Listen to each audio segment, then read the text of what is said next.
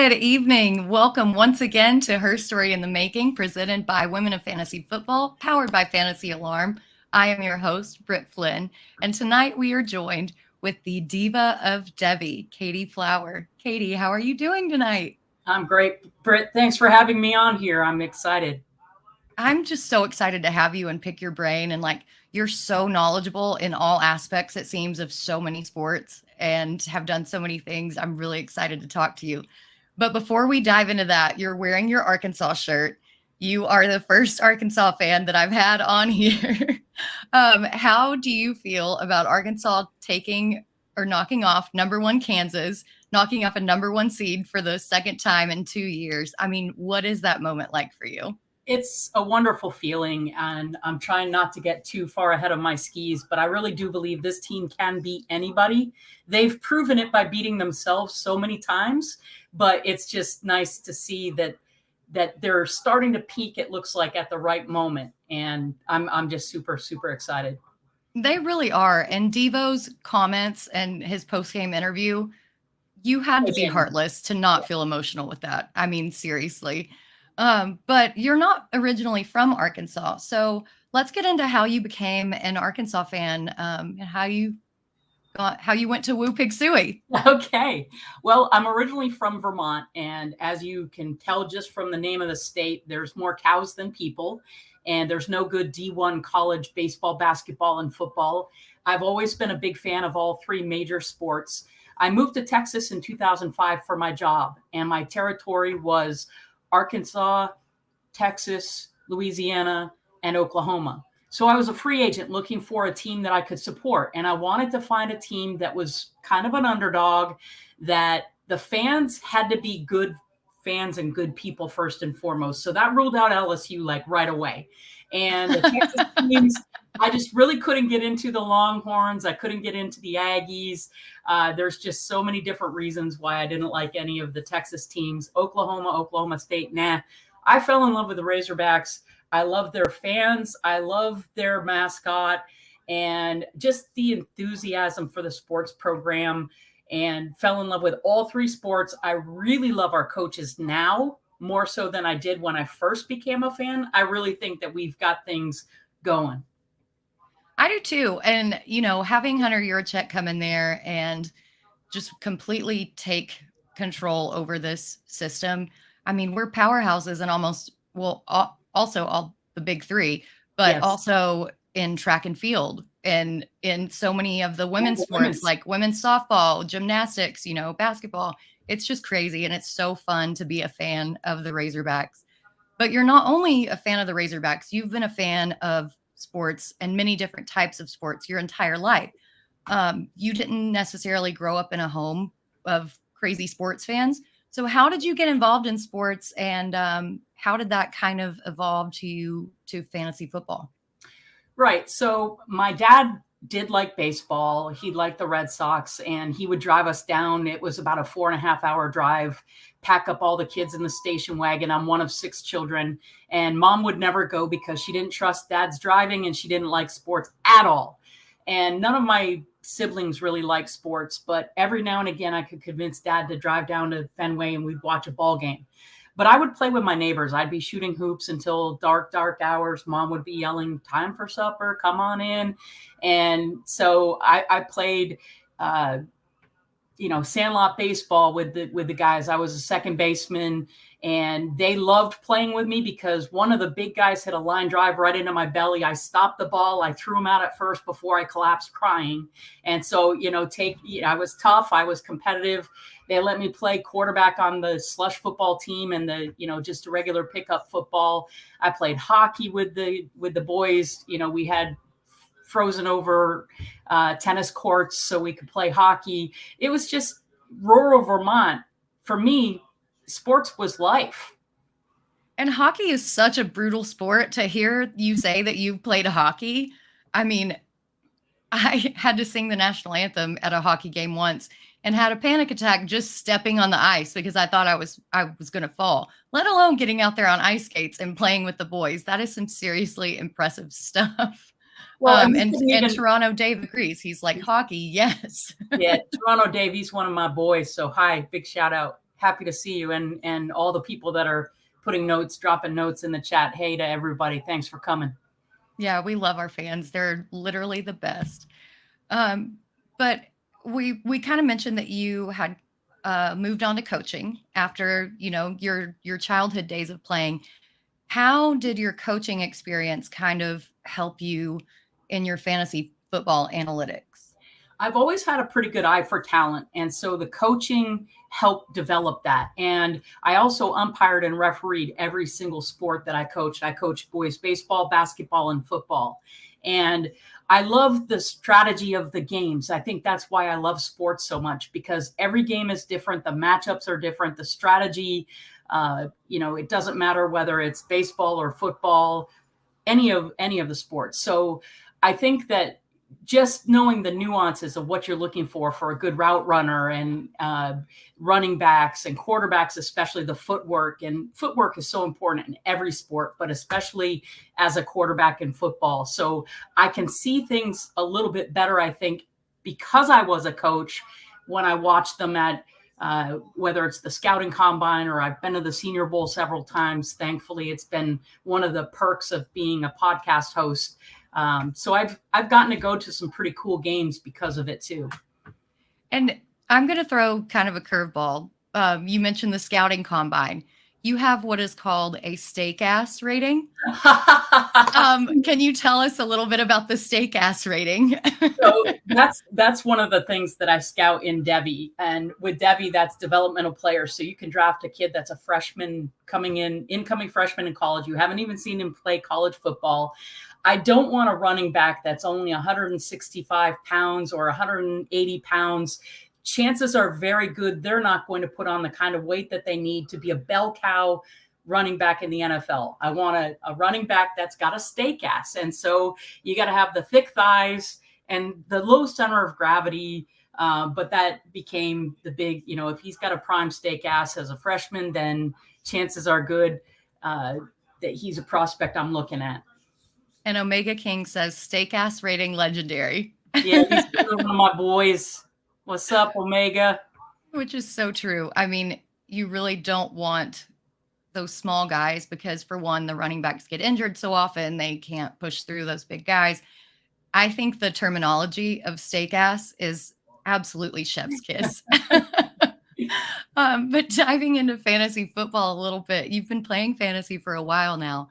And you have a pretty interesting story about how you first got started in your very first league. So can you tell us a little bit about how that started and how it developed further on down the line?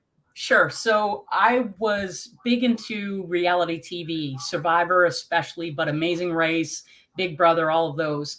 And in Florida, in Orlando, they had Hearts of Reality, which is a charity event every year. And I got to know the host, the guy that put it on. I helped out. I volunteered. So I got a free ticket to be able to attend. I've met and partied with over 100 people who've been on the show Survivor. Some of them are really good friends of mine, in fact, now. But prior to the 2012 fantasy football season, Mike, the guy who was hosting, he had someone drop out of his redraft league and asked me at the last minute, like 2 days before the draft, I know you love sports. Would you be interested in fantasy football? I said, I've never played, but let me look. Let me see what the resources are out there. If I can get ready for the draft, I'm in. And it was free, so why not? And I get to play with a bunch of the people that I know and like, the survivors. So the draft was on Sunday. I had a couple days to get ready. I was reading the Draft Day Manifesto by Matthew Berry. And unfortunately, it was bad advice, and I drafted a really bad team. I don't think I won any games, and there's no trading in redraft. So it was a little bit frustrating, but I liked it enough that in the off season, I participated in almost 100 mock drafts, and I did a whole bunch of free ESPN leagues and Yahoo just so that I could get the art of drafting down and know who was available at what ADP and which positions were the most coveted. So the second year I did much better, and I played in many different leagues. And then in 2014, as I'm sitting there in chat, I heard one of the people talking about a dynasty league, and that you can trade and you can draft rookies. And it was all, I was like, oh, you have an orphan I'm your person, and I joined that league, and the rest is HERstory. I love that. And I love also that you didn't quit the first time that, you played and just didn't exactly do that well. And sometimes that's a mix of luck because players go down with bad injuries all the time. Sometimes it's just the luck of the draw. But I think that that's a real compliment to your competitive nature and how much you love sports. And I think that's really cool. Were you at all intimidated by the dynasty aspect, or did you completely dive in aside from redraft? You were like, no, this is my jam. This is what I want. Oh, I knew immediately dynasty was my jam because of, like they said, you got trading, you got rookies, you can scout college players and draft. At that point, I wasn't into Devy. I didn't know anything about Devy, but I knew that with dynasty, you got to keep those players. So the better you were at scouting the talent, whether they're rookies or just players in general, the better chance that I would have. And I started playing for money, like immediately. And that is another great incentive. I think in 2014, I had something like 15 dynasty teams, and then it expanded. I think at the most at my peak was 54 dynasty leagues. And yeah, and a few redraft. I still compete in a few redraft every year, but I dove in head first. You are a monster. 54 dynasty leagues. That is machine level. That is like Terminator level. It's back down to 18 now. So it's all back, either commissioners let the league expire, or I just had to finally start to weed it down a little bit. Yeah, 54 is just an insane number. But I imagine that led into the formation of your nickname, the Diva of Devy. So can you tell me a little bit how that started and how that came along? After my first full year of dynasty in 2015, heading into that off season, I knew I wanted to get involved in more dynasty leagues. I tried some IDP formats and I tried an auction. And then I learned about Devy and I was like, you know what? I love college football. I watch a lot of college football. I got a buddy who is a Georgia Bulldog fan. So both SEC Razorbacks and the Georgia Bulldogs. And this was many years ago, before Georgia won back-to-back championships, but they were still good and they were really good at churning out running backs. And Todd Gurley had my attention. He was my first ever Devy pick. Worked out great, at least for the first few years till he got injured. But I got involved with Devy in year 2 of dynasty, and I love that even more than just straight dynasty. If I ever do any more startups, it's got to be a Devy league. Well, I have a personal vendetta against Todd Gurley because the first time I drafted him in redraft, I had the number 1 overall pick, and then he crapped the bed. It was the year that he got hurt. But that's why you have the advantage over people like me, because you grab him and realize his potential when he's early on in his career. I'm just looking at historical stats, and it doesn't always work out that way sometimes. So props to you for recognizing his early talent. But tell us how you got into the space by actually becoming a fantasy contributor and how you began co-hosting the UTH podcast. So after Matthew Berry let me down, and I only had a couple days to prep for that redraft draft, I did a lot of off-season research. And when I first learned about Dynasty, I Googled Dynasty leagues and information. And one of the sites that I found, one of the podcasts I found, was Under the Helmet. I loved listening to Chad and Doug. It was a free podcast. It's still a free podcast today. And they had a real good rapport with each other. And then I started becoming a subscriber to their website. And because of that, I could email Chad questions and he would email me back. He was very friendly. He would answer all my questions. And then one day he happened to mention on the show that I was becoming one of his favorite fans, that, we talked strategy back and forth. And Doug's like, well, she should write an article for the website. And I never even had dawned on me or occurred to me to do that until I heard him mention that. And I was like, you know what? So I submitted an article to Chad and he published it. And then I waited a couple weeks and submitted another one. And then we started talking. He had me on as a guest 2 or 3 times. And then Doug ended up retiring. And Chad asked me if I would take over and be his co-host. And I said, absolutely. And that's how I became co-host in 2015 of Under the Helmet. Did you have any experience at all about writing articles or podcasting or anything? Or did you just let your knowledge of sports kind of carry you and you were like, I can do this? I was a DJ in college, so I am very comfortable around a microphone. I have written commercial articles for work, technical articles for work, and I've written flash fiction and poetry. So I've been a writer my whole life as well.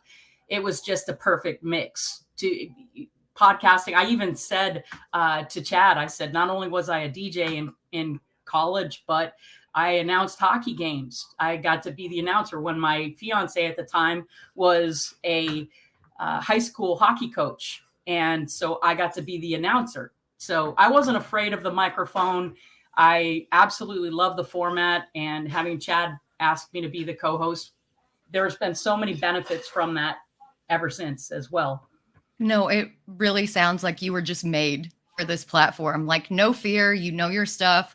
Let's go in, let's do everything. And again, your personality, becoming a listener, and then jumping onto a co-host just speaks volumes about you as a person. So this next question is probably going to be a little more tough, since I didn't know that you were involved in all of those background stories, but what is your favorite kind of content to produce out of all of those? And if you had a choice, what would you pick? I'd pick podcasting, mainly because you can really get my sense of humor. And you have to be like with Chad, he didn't have any show sheets. We would go off the cuff every single podcast. And I love that. I love the challenge, not knowing what the questions were ahead of time, going into it blind. I've been a guest on many other people's podcasts through the years, and they usually send me a show sheet and they give me some things that they want me to talk about. That's kind of cool. Hey, I got time to prep for this. Wow. As opposed to with podcasting with Chad, it was just thinking by the seat of my pants and coming up with stuff. So I like podcasting because I can really just be me, and that's it. Well, you do have the best personality for podcasting. I envy your ability to think on the fly, because I cannot. I definitely need to prep. But it takes all kinds in this space, and you're one of the reasons that we all enjoy podcasting. But you've done so much throughout the course of your career. Is there a favorite moment in particular that you kind of just enjoyed personally, or made you think that I made it? Yeah, there's been so many great moments, Britt, but the one that I cherish the most, and it started at the Senior Bowl. Jamal Williams, I got to interview him at the Senior Bowl. He weighed in at 211. I thought he was a little bit light for his position. He was very much a receiver at BYU, so he had the chops. And I got the chance to interview him. And then a year later at the Fantasy Football Expo, Jamal Williams is there. And I had asked him, one of the questions I had asked him in my interview was, how much weight do you want to put on between the Senior Bowl and the NFL Combine?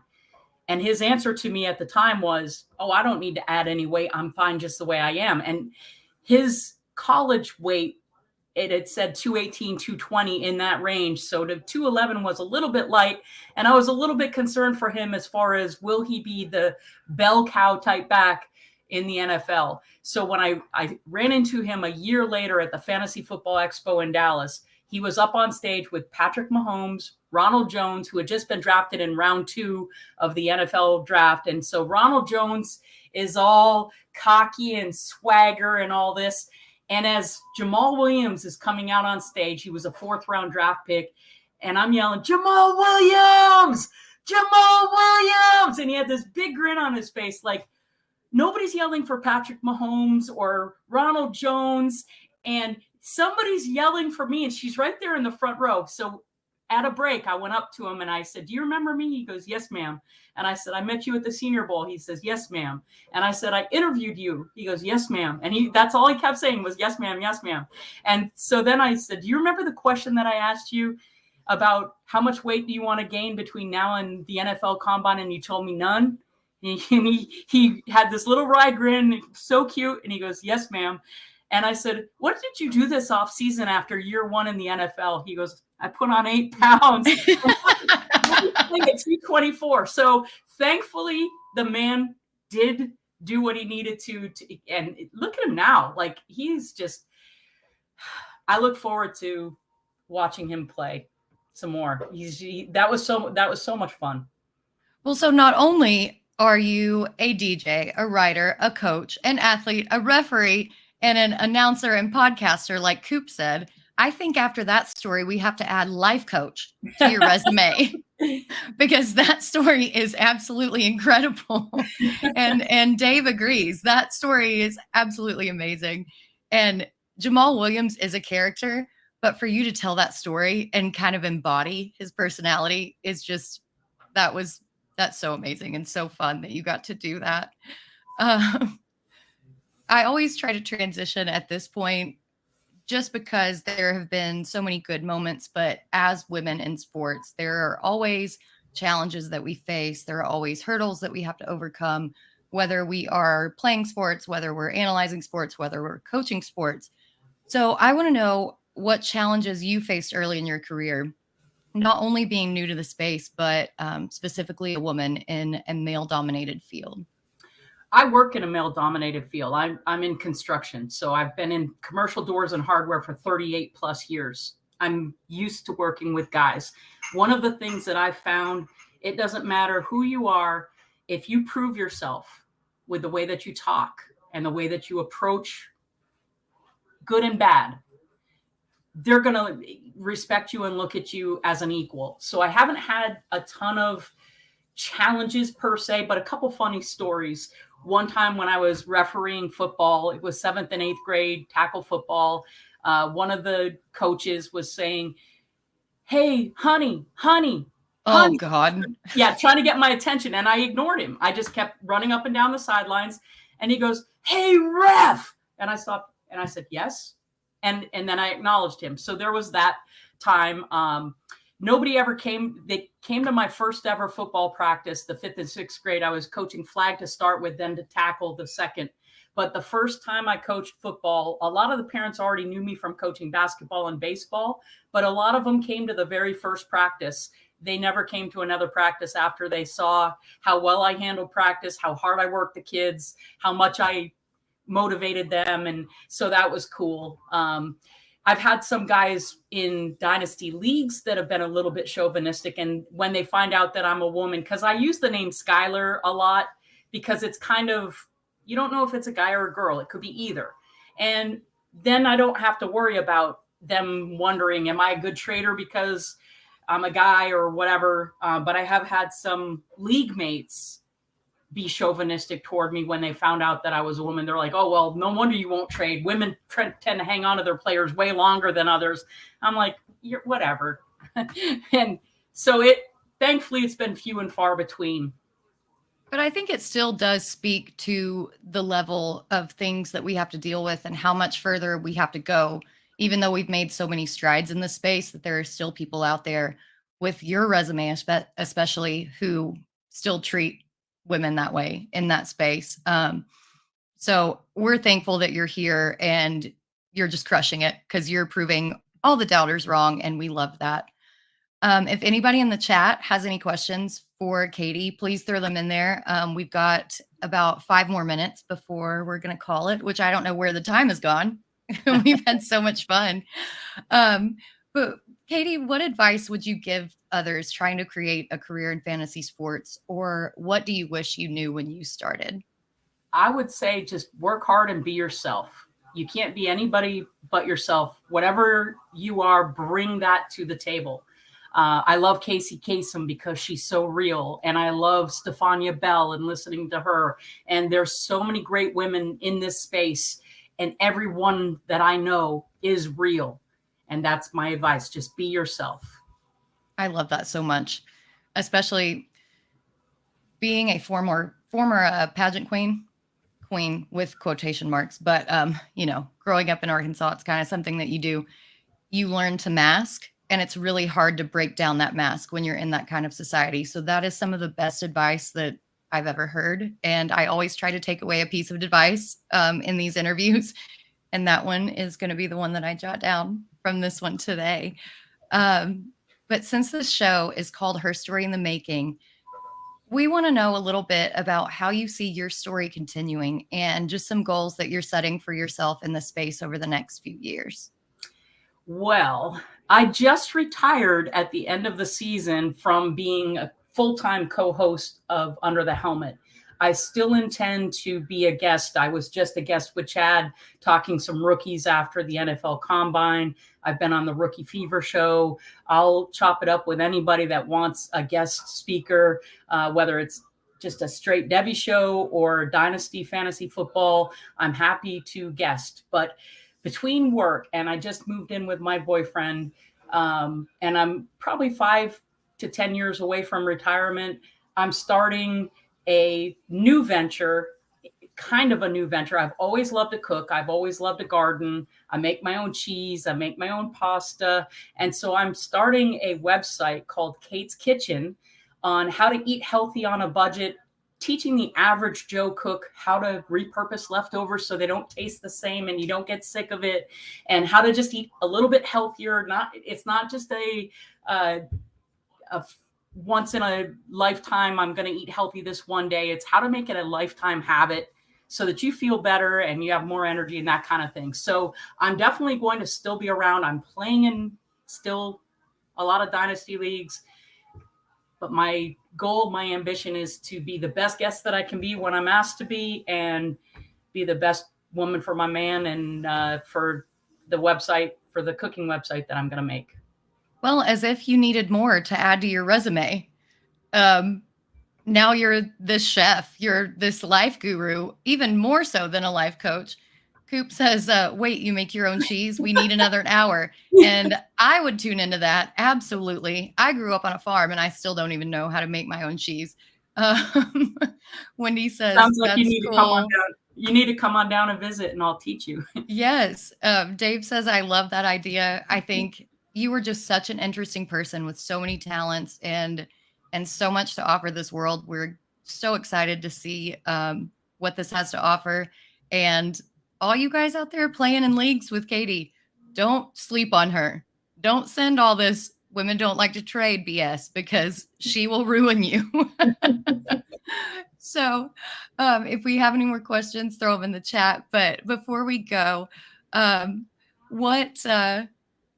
tell people where they can find you. Sorry, I got so overwhelmed about the cheese thing and about the cooking and leftover thing. I'm just like, my mind is literally blown right now. Well, that's okay. I want to share one more thing before please do. Where they can find me. So what Toronto Dave just posted in the chat just reminded me of it. He said the resume will be shorter of what Katie doesn't do. And a lot of people will ask me, what can't you do? And the answer is I can't pee standing up without making a mess. That's always my pat answer. So I've just been blessed in so many different ways, and I'm so thankful. But you can find me on Twitter at FF_Skyler399. I am the Diva of Devy. You'll find me on Under the Helmet as a from time to time guest and Rookie Fever, and just watch Twitter. If you follow me on Twitter, you'll see me retweet any podcasts that I am guest on. You were such a queen. I'm so impressed by this interview. I'm so glad that we had you on. Look forward to everything that you do in the future. And I am definitely going to subscribe to your blog, your homemaking podcast, because I can cook, but I can't make cheese. Are you kidding me? I want to make some cheese. And best of all, it's going to be a free website for anybody. It's going to have all kinds of recipes. There's going to be all kinds of stories, video, written. It's just something I've been building for the last 12 years, building pictures of what I cook and all that just to get ready. Even better, guys, if you thought that this 30-minute interview was good, just wait till Katie starts telling real, like, in-depth stories on her blog. Y'all do not want to miss that. Katie, thank you so much. You've been an absolute pleasure. Guys, thank you for tuning in. Again, brain blown, can't talk right now. Join us again in 2 weeks, same time, same channel, and we will see you next time.